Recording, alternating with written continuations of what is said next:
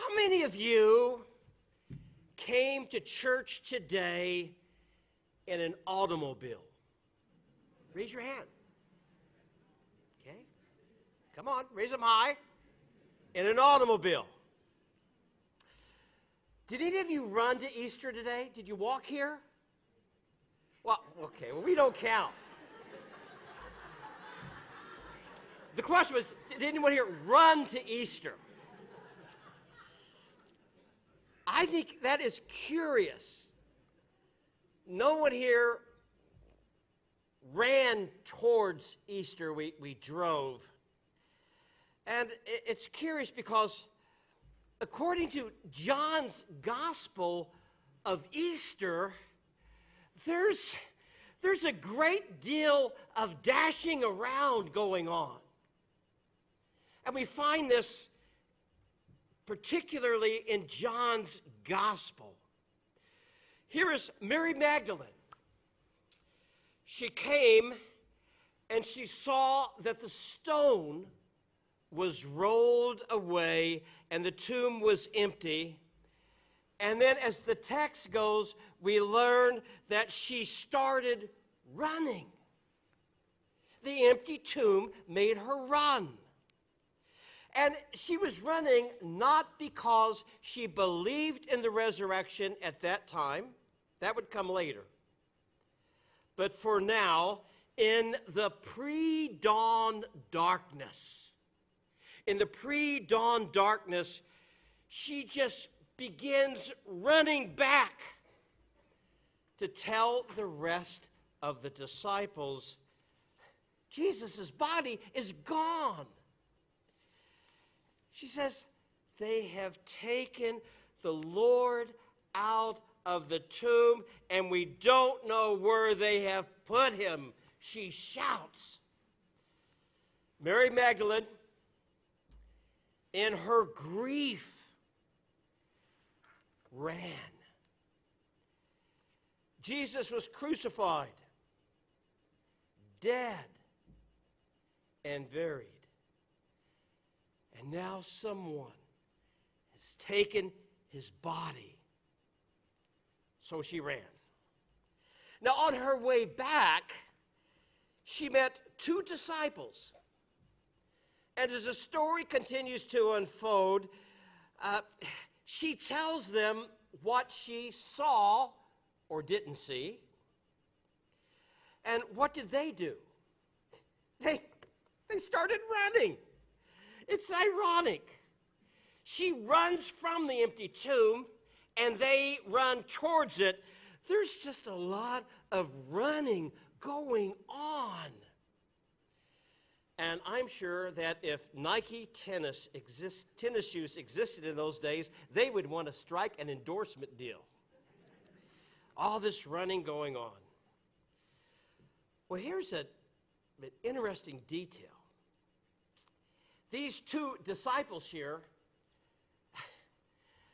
they don't just run together towards the tomb. If you get into the text, there's more involved than just running together. We are told they're running against each other to the tomb. They get in some sort of foot race to the tomb. Now one is gaining on the other, then falling behind, and then gaining again. Towards what? What are they running towards? Why did they even run against one another? What do you think they were running towards? Mary Magdalene interpreted the empty tomb as what? Further tragedy. Not only had they killed Jesus, but now someone has stolen the body, and perhaps they were running towards that awful, terrible last insult as well.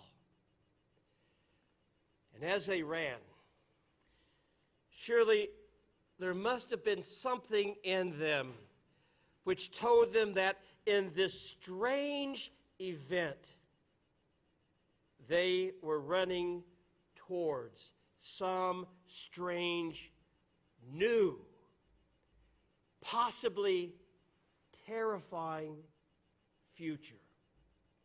Running towards a strange, new, possibly terrifying future.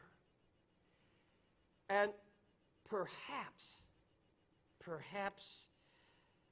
that describes you this Easter, or us this Easter. You've come here, and maybe you don't know why you were here, other than it's what you do on Easter.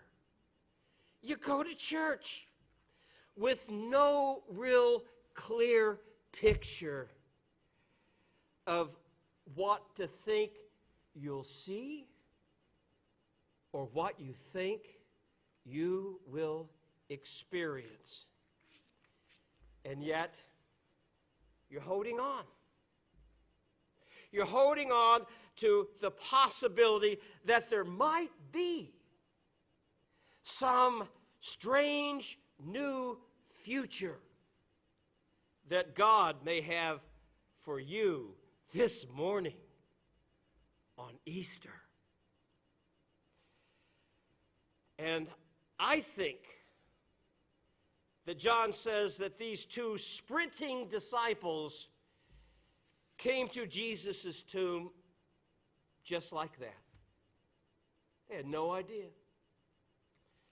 But there might be some possibility something could happen. Running towards some new, strange event, which they instinctively knew meant that there would be coming a change in their world. Are there some things in your world that needs to change?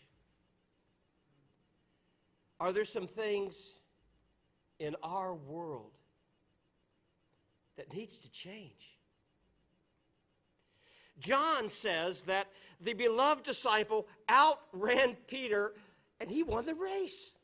He won it. Got there first. Now, getting there first, when we read that, so what? Does it seem like a big deal? A small detail? But isn't it interesting, as you continue in the text, that John mentions that the beloved disciple got there first? And not only that John says that he was the one to peer into the empty tomb and believed. So here we learn that the beloved disciple was the first one to believe in Easter. And I think that John not only wanted to tell us that the beloved disciple got there first, but also he wanted us to know how he got there. Others came to Easter in different ways. Think of this. Mary will not believe until she stands face to face with the risen Christ, and she has to hear her name. Face to face, risen Christ, I want to hear my name. When I hear my name, then, oh, you are the Christ. Thomas, who we're going to talk about more next Sunday, so stay tuned. Thomas, he doesn't believe until the risen Christ offers to let him touch his pierced hands and wounded side. For Thomas, only seeing is believing. Mary has to hear her name. Thomas has to see and touch. I guess we come to faith in different ways, don't we? It's not articulating the same kind of prayer or having God in a box, but the biblical witness says these persons needed to experience Jesus in very unique ways that was important for them. But the beloved disciple comes to Easter a totally different way. He believes without seeing. Belief without seeing. Go figure. Where is the proof that convinced this first believer? He doesn't hear Jesus. He doesn't see the risen Christ. All he does is come and peer into the dark, empty tomb. And the dark, empty tomb became the way that he believed. It reveals to me, we want to bring it home, that the beloved disciple, unlike the others, believed in the resurrection in light of Jesus' absence. The absence. Now, isn't that different from the proof or evidence that we long for to be convinced and to believe? There's nothing there, no evidence, no shroud of Turin, no photos, just an empty place. But he saw and believed. What did he see? He saw nothing. Nothing, but that led him to believe. Now, you ready for this? The first believer in the resurrection, the first to believe the triumph of God, came there by the same path that you and I take. You ever thought of that? The first one that got it gets it the same way we do. I think we ought to underscore that. What does that say? Because to almost no one here, I suspect, has seen the risen Christ personally in a garden, who called you by name, and then you got it. I don't think anyone here touched the wounds and believed, as did Thomas.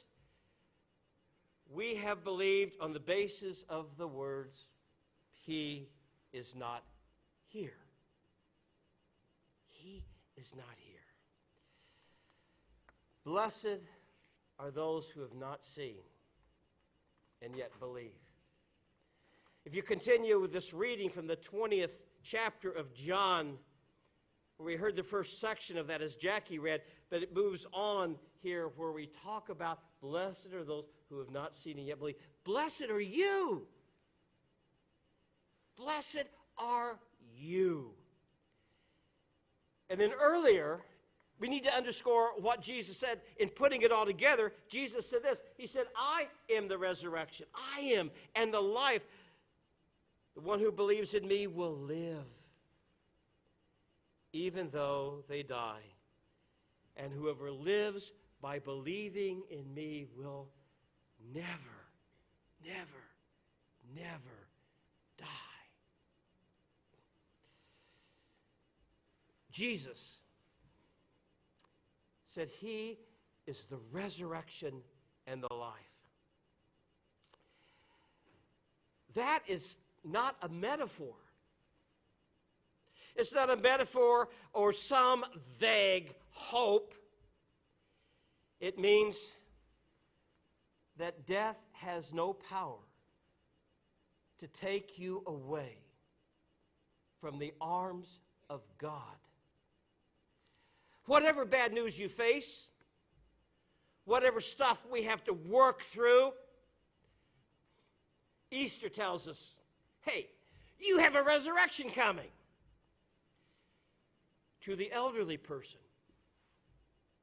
The elderly persons whose health is frail and almost gone, you do not have to live in fear because you have a resurrection coming. To the devastated person whose spouse left you for another,